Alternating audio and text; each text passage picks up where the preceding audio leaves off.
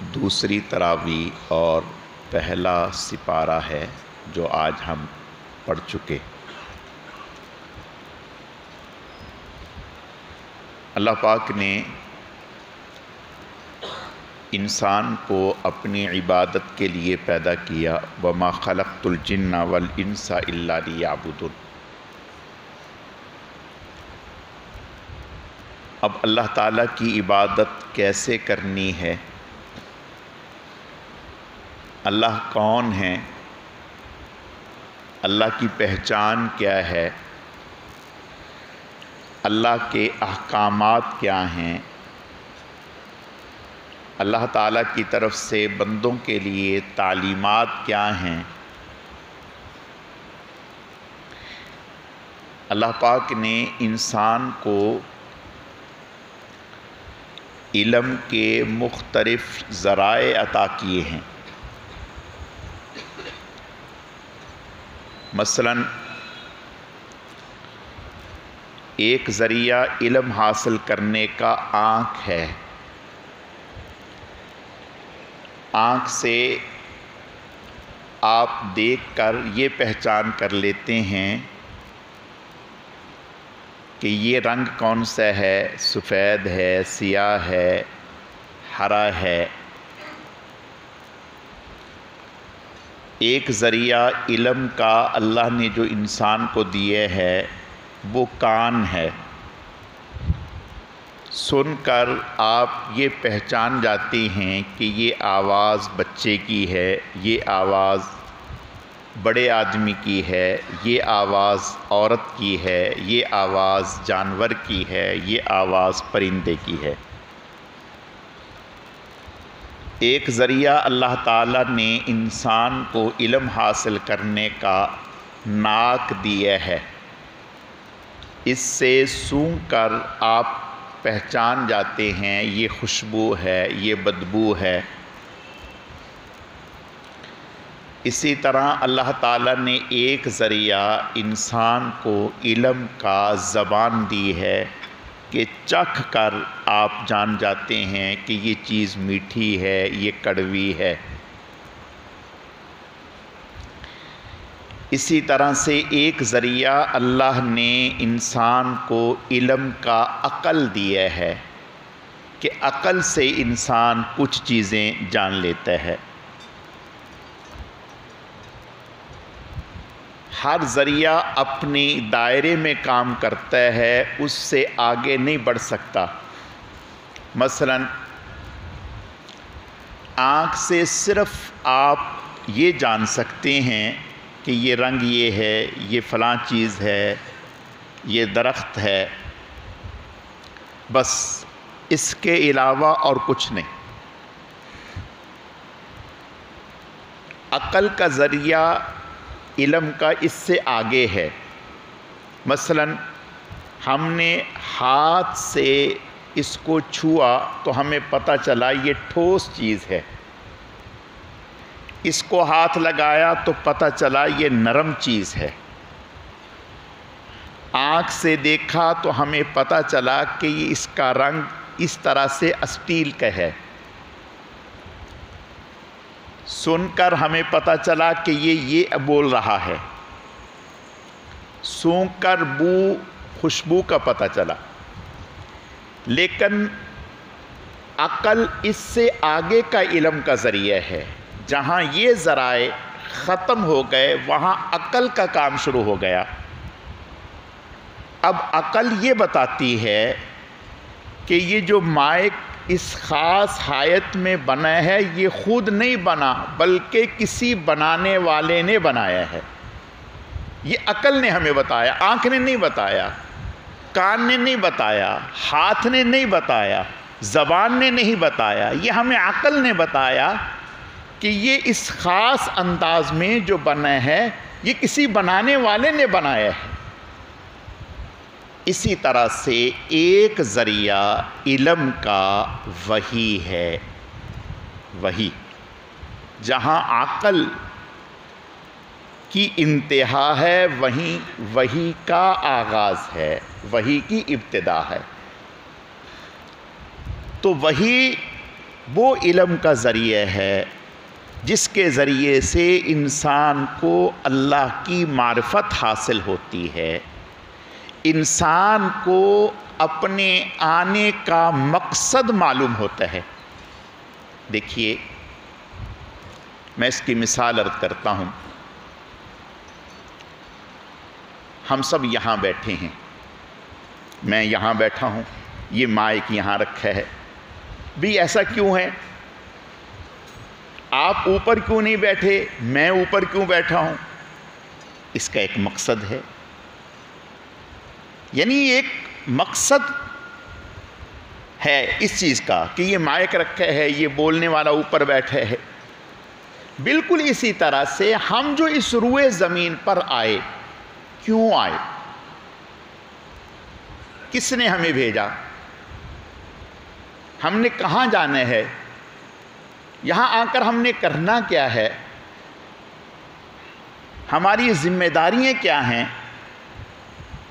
ہم نے کیا کرنا ہے؟ کس کے لیے کرنا ہے؟ کتنا کرنا ہے؟ کب تک کرنا ہے؟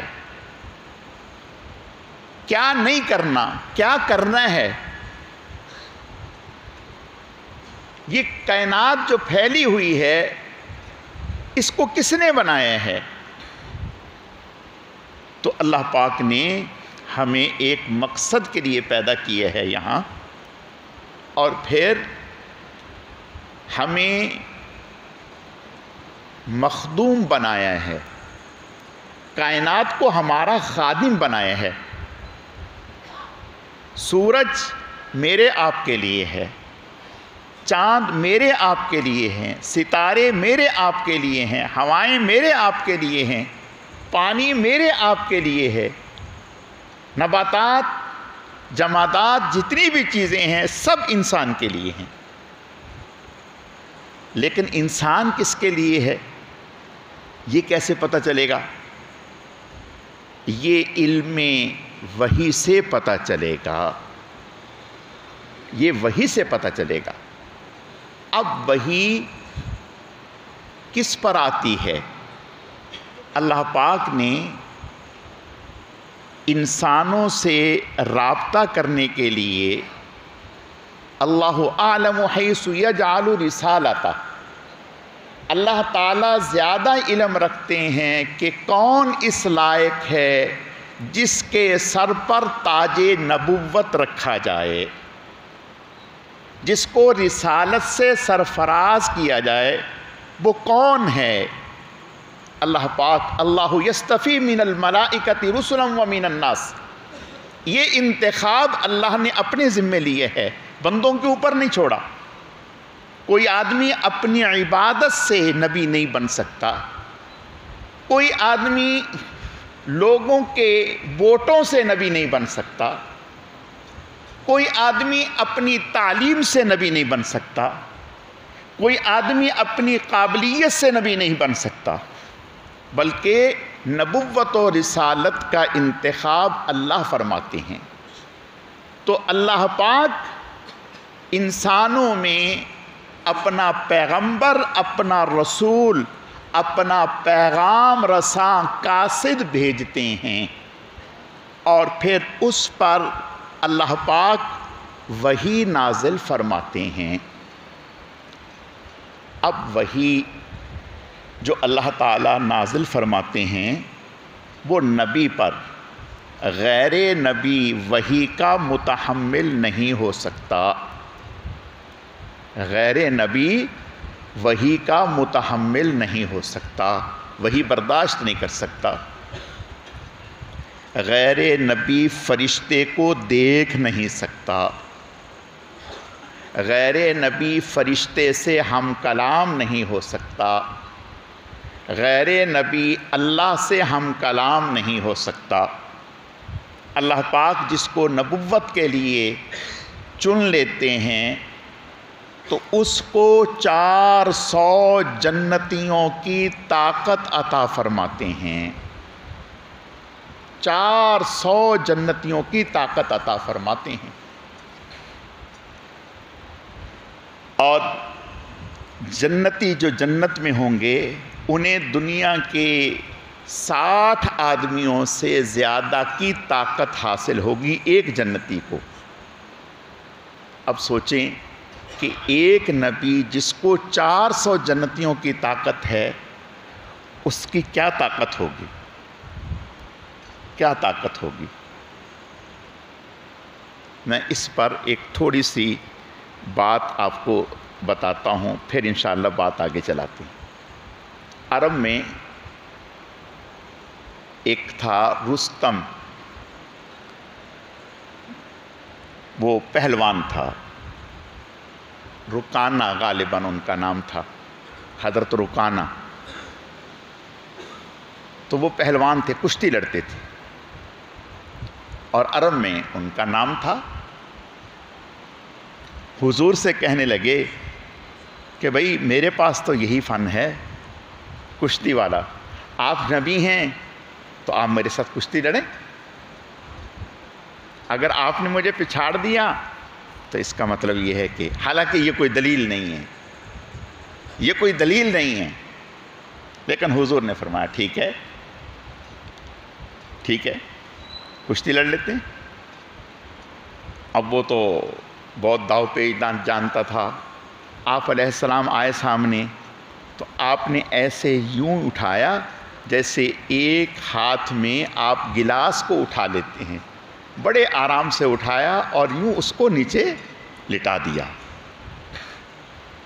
اب اس کے 14 طبق روشن ہو گئے، حیران ہو گیا، کہنے لگا کہ نہیں، دوبارہ۔ آپ نے فرمایا ٹھیک ہے، دوبارہ۔ پھر آپ نے بڑے آرام سے اس کو یوں اٹھایا اور یوں نیچے پٹک دیا۔ کہا ایک مرتبہ، اور فرمایا ٹھیک ہے، تیسری مرتبہ۔ جب تیسری مرتبہ اس کو نیچے پٹکا تو کہنے لگا کہ آپ میرے ساتھ مقابلہ نہیں کر رہے، آپ کے اندر کوئی اور طاقت ہے۔ آپ نے فرمایا اسی طاقت کا تو میں آپ سے مطالبہ کر رہا ہوں کہ اسی طاقت کی طرف دعوت دے رہا ہوں کہ اسی طاقت پر ایمان لے آؤ۔ اور وہ طاقت کون سی طاقت ہے؟ اللہ کی طاقت ہے۔ تو میں عرض یہ کرنا چاہتا ہوں کہ اللہ پاک وحی، چھٹا علم کا ذریعہ وحی ہے۔ وحی سے انسان کو اللہ کی پہچان ہوتی ہے، وحی سے تعلیمات حاصل ہوتی ہیں۔ اب وحی نبی پر آتی ہے، غیر نبی پر نہیں آتی۔ حضور علیہ الصلاۃ والتسلیم پر جب وحی آتی تھی، اور وحی کی کئی ساری اقسام ہیں۔ بخاری شریف کی دوسری روایت ہے، حضرت حارث بن حشام رضی اللہ تعالیٰ، یہ حضور سے فرمانے لگے یا رسول اللہ وحی کس طرح آتی ہے، کیا ہوتا ہے؟ آپ نے ارشاد فرمایا جب وحی آتی ہے تو یوں لگتا ہے جیسے گھنٹی کی آواز ہوتی، اور میرے پر وحی آتی ہے تو میں اس کو یاد کر لیتا ہوں، اور یہ مجھ پر مشقت والی ہوتی ہے۔ حدیث شریف میں آتا ہے، حضرت عائشہ صدیقہ فرماتی ہیں کہ جب حضور پر وحی آتی تھی تو آپ کا چہرہ جو ہے کھجور کی شاخ کی طرح زرد ہو جاتا تھا، اور شدت سے آپ کے سامنے کے دانت اور ہونٹ کپ کپانے لگتے تھے، پسینے سے شرابور ہو جاتے تھے، ایسے لگتا تھا جیسے آپ کا جسم نچڑ گیا اور آپ پر کپڑا ڈال دیا جاتا تھا۔ اس قدر وحی کی شدت ہوتی تھی۔ ایک وحی اس طرح سے آتی تھی، اور یہ وحی جب تک وحی آ رہی ہوتی حضور علیہ السلام پر یہ کیفیت ہوتی، جیسے ہی وحی ختم ہوتی تو جو کچھ وحی کے ذریعہ سے آپ تک پہنچایا گیا ہوتا آپ کو وہ یاد ہو چکا ہوتا۔ یعنی قرآن پاک الفاظ بھی یاد ہو چکے ہوتے، معانی بھی یاد ہو چکے ہوتے، اس کا مفہوم یہ بھی آپ کو یاد ہو چکا ہوتا۔ لیکن اس میں مشقت زیادہ ہوتی تھی، اور حضور علیہ الصلاۃ والتسلیم ساتھ ساتھ دہراتے رہتے تھے، تو اللہ پاک نے منع فرمایا لا تحرک به لسانک لتعجل به ان علینا جمعہ وقرآنہ فاذا قرأناہ فاتبع قرآنہ ثم ان علینا بیانہ، کہ جب وحی آپ پر نازل ہو رہی ہو تو اس وقت تو وحی کا ہی بہت ثقل ہے۔ قرآن نے کہا انا سنلقی علیک قولا ثقیلا، ہم نے آپ پر جو کلام اتارا ہے یہ معمولی کلام نہیں، بہت وزنی کلام ہے، بہت وزنی کلام ہے۔ کبھی سواری پر آپ سوار ہوتے تو وہ بیٹھ جاتی، وزن نہ اٹھا سکتی۔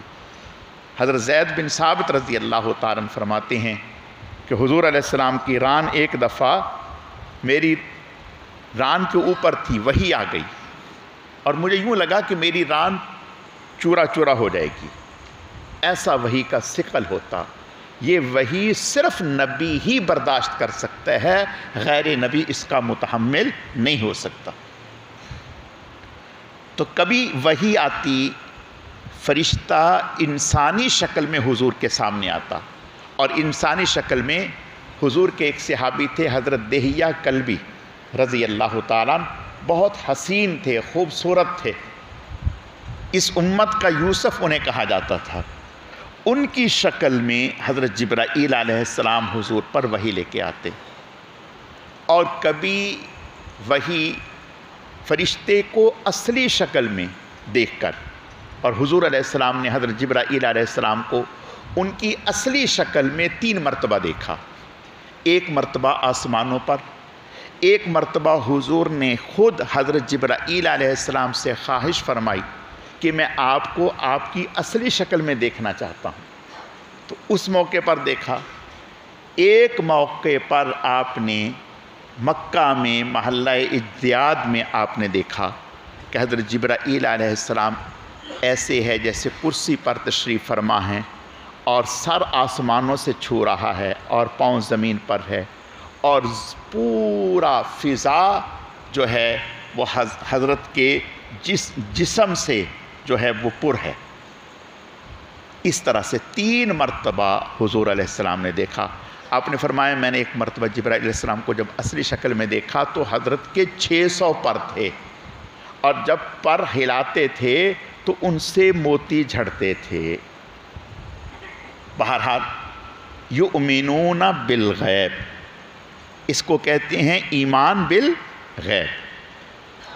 آپ کو مجھے کوئی کہے جبرائیل، ہم کہیں گے کون جبرائیل، کیسا جبرائیل، یہ کون سی مخلوق ہے؟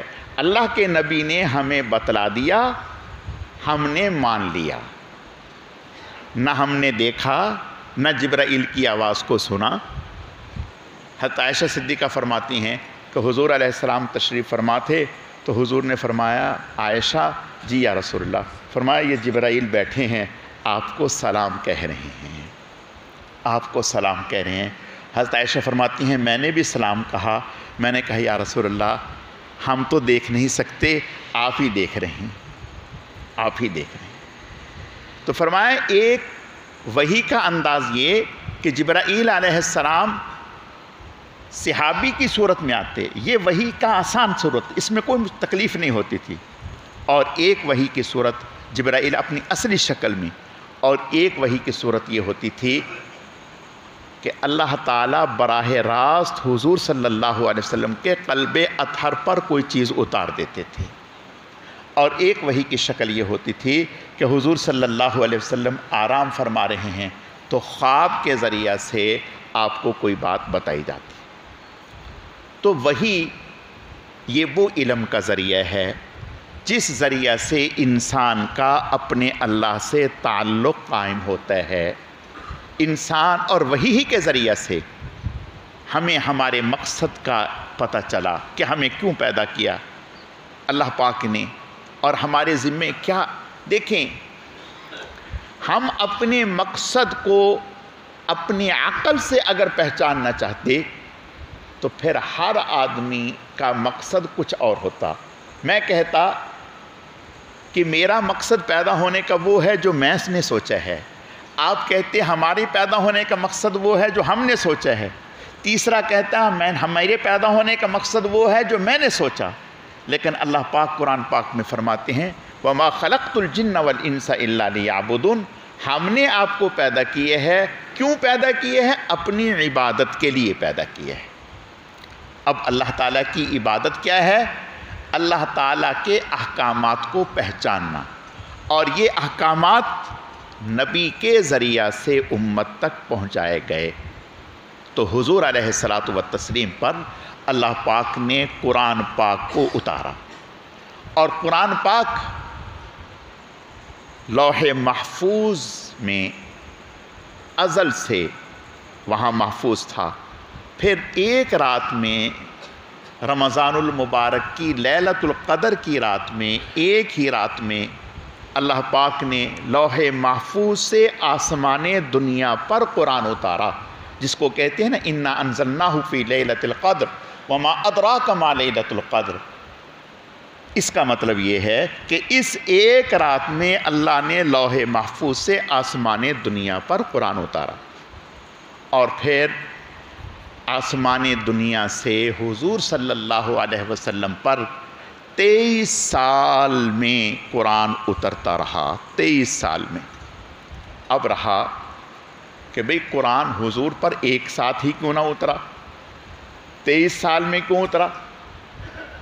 تو علماء نے لکھا کہ حضور صلی اللہ علیہ وسلم پر 23 سال میں مختلف حالات پیش آئے۔ کبھی کافروں نے کوئی پریشانی کھڑی کر دی، کبھی کوئی سوال کر لیا، کبھی کوئی اور موقع آ گیا، تو اس موقع پر ان حالات کے اعتبار سے آپ پر وحی آتی، اس سے آپ کو تسلی بھی ہو جاتی، رہنمائی بھی مل جاتی، اور اس کو یاد کرنا آسان بھی ہو جاتا۔ تو قرآن پاک حضور صلی اللہ علیہ وسلم پر 23 سال میں اترا، اور سب سے پہلے 40 سال کی عمر میں آپ صلی اللہ علیہ وسلم پر وحی غار حرا میں پہلی وحی اتری۔ حضرت عائشہ صدیقہ رضی اللہ تعالیٰ عنہ فرماتی ہیں کہ حضور صلی اللہ علیہ وسلم پر وحی اترنے سے 6 مہینے پہلے ہی آپ کو سچے خواب آنا شروع ہو گئے تھے۔ جو خواب بھی آپ دیکھتے تھے وہ بالکل روز روشن کی طرح واضح ہوتا، اور اس کی تعبیر بالکل واضح ہوتی، اور کچھ علامات ظاہر ہونا شروع ہو گئیں کہ آپ کسی پتھر کے پاس سے گزرتے ہیں وہ آپ کو سلام کرتا ہے، درخت کے پاس سے گزرتے ہیں تو وہ آپ کو سلام کرتا ہے۔ تو اس طرح سے آپ پر یہ چیزیں واضح ہونا شروع ہو گئیں، اور جب 40 سال کو آپ کی عمر پہنچی تو لیلۃ القدر ہی کے موقع پر رمضان میں ہی، بعض نے کہا 17 رمضان، بعض نے کہا 21 رمضان، بعض نے کہا 8 رمضان، 18 رمضان، بعض نے کہا 27 رمضان کو آپ پر سب سے پہلی وحی اتری۔ اقرأ بسم ربک الذی خلق خلق الانسان من علق اقرأ وربک الاکرم الذی علم بالقلم، یہ 5 آیتیں اتری۔ اور جب پہلی وحی آپ پر آئی تو حضرت جبرائیل علیہ السلام تشریف لائے، اور حضور سے آ کر کے فرمایا، دیکھیں اچانک ایک شخص نمودار ہو جاتا ہے، اچانک ایک آدمی چلا ہوا آتا ہے، اس کے قدموں کی آہٹ سنائی دیتی ہے، آدمی پہچانتا ہے بھئی کہ یہ کوئی آدمی ہے، چلا ہوا آیا ہے اور یوں چل کے چلا گیا ہے۔ ایک آدمی اچانک ظاہر ہو گیا، اچانک حضرت جبرائیل علیہ السلام ظاہر ہوئے اور حضور سے فرمائے اقرأ بسم ربک الذی خلق، پڑھیے اپنے رب کے نام کے ساتھ جس نے پیدا کیا، الذی خلق الانسان من علق، جس نے پیدا کیا انسان کو اور سب چیزوں کو۔ حضور علیہ السلام نے فرمایا ما انا بقارئ، میں تو پڑھا ہوا نہیں ہوں۔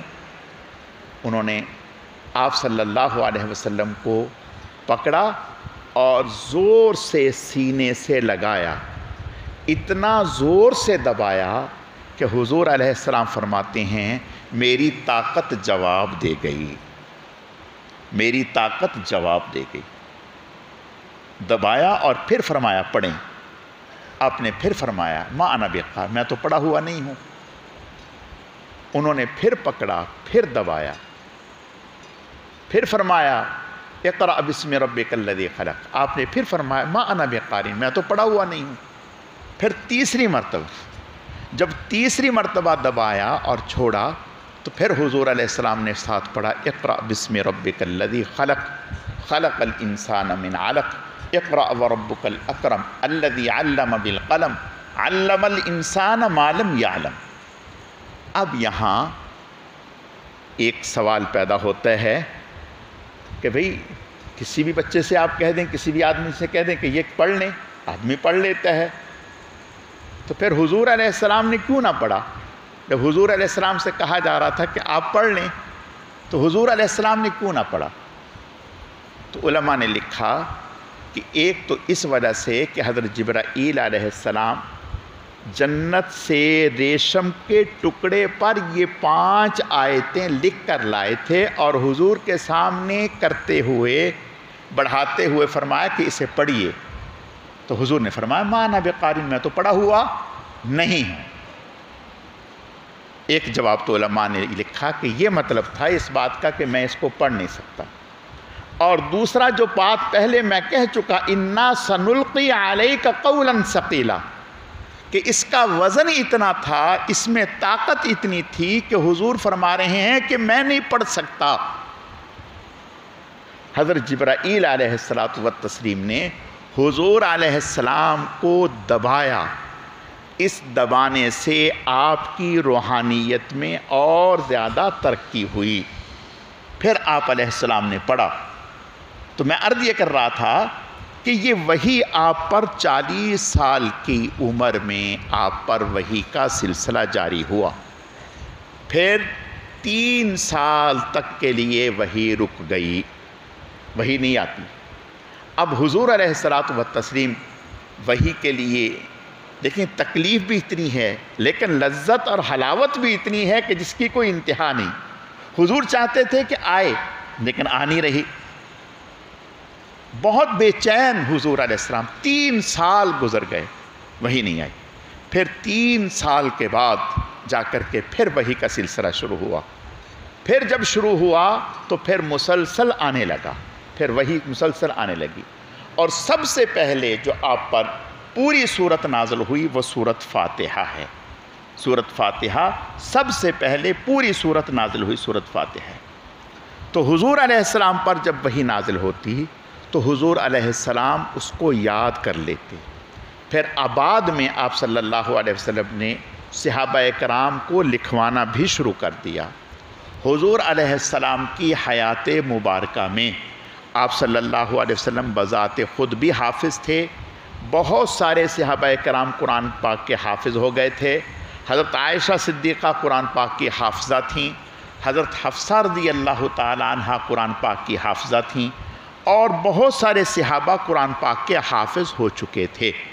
جب حضور پر وحی آتی تھی تو حضرت جبرائیل علیہ السلام حضور کو بتلا دیا کرتے تھے کہ اس آیت کو فلاں سورت کی فلاں جگہ اس کو رکھ دیں، اور اس سے پہلے آپ صلی اللہ علیہ وسلم جب بھی کوئی کام کرتے تو بِاسْمِكَ اللہم کہتے، میں اللہ کے نام کے ساتھ، اللہ کے نام کے ساتھ۔ اور مشرکین جب کوئی کام شروع کرتے تو وہ اپنے بتوں کا نام لے کر کے کام شروع کرتے۔ تو حضور علیہ السلام پر سب سے پہلے بسم اللہ الرحمن الرحیم اتری، اور یہ بسم اللہ ایسی آیت ہے جو قرآن پاک کی آیت بھی ہے، اور ہر سورت کو شروع کرنے سے پہلے اللہ نے بسم اللہ کو رکھا ہے۔ اور حضور علیہ السلام نے فرمایا یہ بسم اللہ میری اور میری امت کی خصوصیت ہے، اللہ نے مجھے ہی عطا کی ہے، اس سے پہلے جن امتوں پر جو امتیں تھیں تو وہ بِاسْمِكَ اللہم کہتے تھے، بسم اللہ الرحمن الرحیم اللہ نے ہمیں عطا کی ہے۔ تو حضور علیہ السلام کی حیات مبارکہ میں جب کوئی صورت مکمل ہوتی، اگلی صورت شروع ہوتی تو اس کے ساتھ بسم اللہ آ جاتا، اس طرح سے۔ تو حضور پر پورا قرآن پاک اترا۔ آپ صلی اللہ علیہ وسلم جس سال، ہر سال جتنا قرآن پاک آپ پر اترتا ہر سال آپ اتنا قرآن پاک رمضان میں جبرائیل علیہ السلام کو سناتے، جبرائیل کو سناتے، اور جس سال آپ کا وصال ہوا اس سال آپ نے 2 مرتبہ پورا قرآن پاک حضرت جبرائیل علیہ السلام کو سنایا، اور حضرت جبرائیل علیہ السلام نے حضور کو سنایا۔ تو حضور علیہ السلام کی حیات میں پورا قرآن پاک صحابہ اکرام کو زبانی یاد ہو چکا تھا، اور صحابہ اکرام رضوان اللہ علیہم اجمعین حضور پر جو قرآن اترتا تھا پتوں پر، چمڑے پر، ہڈیوں پر، پتھروں پر، ان پر قرآن پاک کو لکھ لیا کرتے تھے۔ پھر جب حضور صلی اللہ علیہ وسلم کا وصال ہو گیا، سیدنا صدیق اکبر رضی اللہ تعالیٰ عنہ کا زمانہ آیا، تو پھر ایک لڑائی ہوئی جس میں 700 کے قریب یا 1200 کے قریب قراء اور حفاظ شہید ہو گئے۔ جب اتنی بڑی تعداد میں قراء اور حفاظ شہید ہو گئے تو حضرت عمر رضی اللہ تعالیٰ عنہ حضرت سیدنا صدیق اکبر رضی اللہ تعالیٰ عنہ کے پاس آئے اور آ کر کے فرمانے لگے کہ اتنی بڑی تعداد حفاظ کی، قراء کی شہید ہو گئی، مجھے ڈر ہے کہ قرآن پاک کہیں خدا نخواستہ ایسا نہ ہو کہ ہمارے ہاتھوں سے نکل جائے، تو لہٰذا ہمیں قرآن پاک کو ایک نسخے کی شکل میں پوری اس کی تدوین کر لینی چاہیے۔ حضرت سیدنا صدیق اکبر نے فرمایا کہ بھئی اس کام کو میں کیسے کروں جب حضور نے نہیں کیا؟ حضرت عمر نے فرمایا کہ نہیں، اس میں خیر ہی خیر ہے، یہ بہتر ہے۔ حضرت عمر رضی اللہ تعالیٰ بار بار کہتے رہے۔ سیدنا صدیق اکبر رضی اللہ تعالیٰ فرماتے ہیں کہ ان کے اصرار کی وجہ سے اللہ نے میرے دل کو کھول دیا، میرے دل میں بھی اطمینان ہو گیا کہ یہ جو بات کہہ رہے ہیں ٹھیک ہے۔ پھر حضرت زید بن ثابت رضی اللہ تعالیٰ جو حضور کے زمانے میں وحی لکھا کرتے تھے ان کو بلایا، اور ان کو بلا کر کے کہا کہ ہم یہ چاہتے ہیں۔ انہوں نے کہا کہ یہ کام کیسے کریں گے حضور؟ تو یہ دونوں حضرات ان سے کہتے رہے، حتیٰ کہ اللہ تعالیٰ نے ان کے سینے کو بھی کھول دیا۔ پھر انہوں نے اور حضرت عمر فاروق رضی اللہ تعالیٰ عنہ نے صحابہ کرام میں یہ اعلان کر دیا کہ جس کے پاس لکھا ہوا حضور نے لکھوایا ہو اور محفوظ ہو وہ لا کر کے ہمیں دے۔ حالانکہ ایسا نہیں تھا، صحابہ کرام حافظ تھے، اور وہ حافظ آج کے حافظ کی طرح نہیں تھے، بہت پکے حافظ تھے، بہت پکے حافظ تھے، ایسے حافظ کہ ایک رات میں قرآن پاک کو نفلوں میں پورا کر لیں، ایک رات میں، ایسے پختہ حافظ تھے۔ اور نماز میں آپ صلی اللہ علیہ وسلم نفل نماز میں 6 پارے ایک رکعت میں پڑھ لیتے، 6 پارے اگلی رکعت میں پڑھ لیتے، اس طرح سے قرآن پاک پختہ تھا۔ تو فرمایا کہ بھئی جن کے پاس، تو صحابہ اکرام رضوان اللہ علیہم اجمعین جن کے پاس جو آیات لکھی ہوئی تھیں حضور نے لکھوائی تھیں وہ لائے، لانے کے بعد پھر اس کو جمع کیا، پھر آپس میں اور جو لوگوں کے پاس لکھا اس کو جمع کیا، دیکھا، اس طرح سے پورا قرآن پاک جو ہے وہ ایک جگہ کیا۔ پھر جو زبانی یاد تھا اس کے ساتھ اس کو ٹیلی کیا کہ آیا کوئی آگے پیچھے تو نہیں، کوئی آیت آگے پیچھے تو نہیں، اس طرح سے پورا قرآن پاک جو ہے وہ محفوظ ہو گیا۔ پھر یہ چلتا رہا، اور یہ جو نسخہ تھا حضرت حفصہ رضی اللہ تعالیٰ عنہ کے پاس پہنچا۔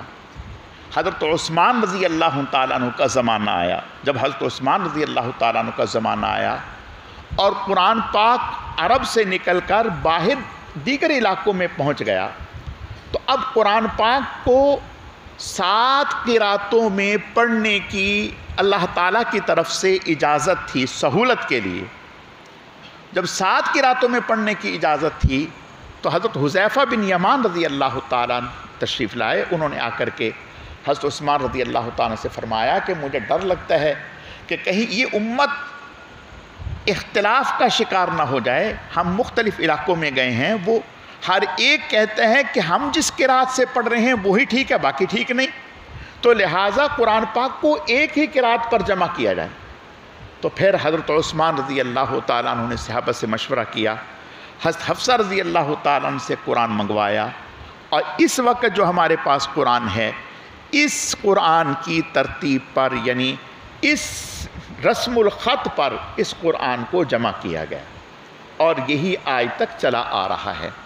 لیکن اس وقت جب حضور کا زمانہ تھا، سیدنا صدیق اکبر، حضرت عمر، حضرت عثمان، اس وقت قرآن پاک کے الفاظ ہیں ان کے اوپر زبر زیر پیش نہ تھی، نہ نقطے تھے، لیکن وہ انہیں اتنی مہارت تھی کہ وہ بغیر نقطوں کے، بغیر زبر زیر کے، بغیر پیش کے وہ پڑھ لیتے تھے، انہیں مشکل نہیں ہوتی تھی۔ لیکن جب قرآن پاک عرب سے نکل کر باہر اور علاقوں میں پہنچا تو اب مشکل پیش ہوئی کہ بھئی قرآن پاک کو کیسے پڑھیں۔ تو اس وقت پھر سب سے پہلے یہ کام کیا گیا کہ بھئی اس کے اوپر زبر زیر پیش لگائیں۔